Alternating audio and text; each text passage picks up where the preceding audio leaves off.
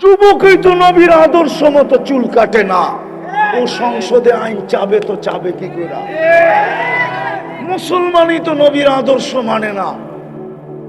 সবচেয়ে বেশি নবীর আদর্ষ ঘৃণিত মুসলমানের কাছে, দীক্ষিত মুসলমানের কাছে, লাঞ্ছিত মুসলমানের কাছে, বঞ্চিত মুসলমানের কাছে। একজন বলুক আমাকে, এইদিকে পীর ওইদিকে পীর, চান্দিনা ওলামাদের ঘর, এক মহিলা আমাকে, মা বোন আমাকে বলুক যে বাসর রাতের শ্বাসটা ফাতেমার মতো ছিল, একটা বলুক। সবাই স্বাস্থ্য ছিল পার্লারে, সবাই স্বাস্থ্য ছিল, বান্ধবীরা যেরকম চাইছে ওরকম সাজাইছে, পাড়া প্রতিবেশী যেরকম চাইছে ওরকম সাজাইছে। এক নববধূও তো বলে নাই, আমার কোনো মেয়ে তো বলে নাই বান্ধবীদেরকে, পাড়া প্রতিবেশীকে, পার্লারওয়ালাদেরকে, আমার এই বাসর রাত জীবনে একটা রাত্রই আসে, এই রাতের শ্বাসটা আমি ফাতেমার মতো সাজতে চাই। বলুক না, আইন দিয়ে কি করবেন? আপনি তো মানেন না। বলেন নবীর সুন্নত কতটুকু? রাগ হয়ে যাবেন বলবো? গত শুক্রবারও গেছে, কালকে শুক্রবার, ঠিক না? হ্যাঁ, এইখানে একজনও নাই গত শুক্রবারে 1000 বার দুরূদ পড়ছে, একজনও নাই। কোনো হুজুরও নাই, কোনো তোলাবাও নাই, কোনো ওলামাও নাই। আপনি কি আইন চান? রাগ হয় না আমার কথায়, পায়ে হাত রাখি, আমি বিরুদ্ধে না পক্ষে, কিন্তু আপনি কেমন আইন চান? আইন দিয়ে কি করবেন? আপনি শুধু মুখে আসে নবীর এশকে দেওয়া না, আপনি তো দুরূদ পড়েন না। অথচ হুকুম তো ছিল শুক্রবারে আমার উপরে বেশি বেশি দুরূদ পড়ো। শুক্রবারটা আমাকে দিয়া দাও, 7 দিন 6 দিন আল্লাহকে দিয়া দাও, একটা দিন আমাকে দিয়া দাও। আমি তোমাদেরকে কিনা দিছি, আরশে যাইও তো আমি তোমাদেরকে ভুলি নাই। আল্লাহ তো সালাম আমাকে দিছিল, আসসালামু আলাইকা আইয়ুহান নাবিয়্যু ওয়া রাহমাতুল্লাহি ওয়া বারাকাতু। আমাকে সালাম দিতে দেরি, আমি তো জবাব দিয়া চিৎকার দিতে দেরি করি নাই, শুধু আমাকে দিলেন উম্মত। মনে হয় বুঝাইতে পারি না, শুধু আমাকে দিলেন উম্মত। কোথায়? আল্লাহ বলে বন্ধু এইখানে উম্মত। বলছে এইখানে উম্মত না হইলে তো কোথায় হবে? বলছে উম্মতের জন্য কি চান? বলছে আমি নেই, ওয়ালা ইবাদিল্লাহিস সালিহিন, আমারে যতটুক দিছেন অতটুকুই উম্মতের লেগে নিলাম। যে রাসূল আপনাকে আরশে যায় বলে নাই, কিন্তু আরশ চিনেন আপনি? আরশ থেকে তাজাল্লি দিছিলেন মুসা আলাইহিস সালামকে, 40 দিন বেহুশের মতো ছিলেন, 40 দিন। এই 2 চেয়ারের ভিতরে দূরত্ব আছে, কিন্তু কোরআন বলে কাবা কাউসাইনি আও আদনা, আল্লাহ আর বন্ধুর চেয়ারের ভিতরে দূরত্ব ছিল না, দূরত্ব। এতটুক কাছে যিনি গেছেন, ওই আরশের আলোতে সব হারায় যাওয়ার কথা ছিল। হায় ওলামা মানবে না আমার কথা। এক পর্বে তো জিবরিল বলছিলেন আপনি আগে যান একা। বলছে আয়াতরুকুল হাবিবু হাবিবা, আপনি না আমার বন্ধু ছেড়ে দিয়ে একা চলে যাবেন? আগে যাওয়ার অনুমতি নাই, আগে যান।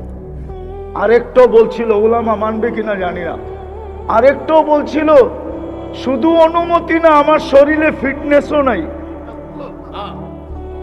শরীরে কি নাই? ফিটনেস বোঝেন? আরে গাড়ির ফিটনেস থাকে না, গাড়ি এটা রোডে চলতে পারবে কিনা, চলার যোগ্য কিনা, আগে যাওয়ার যোগ্য তো শরীরে নাই যে আগে যাবো। আপনি যান, আপনার ভিতরেই আছে, সৃষ্টির মধ্যে আর কারো ভিতরে নাই। আপনি যান।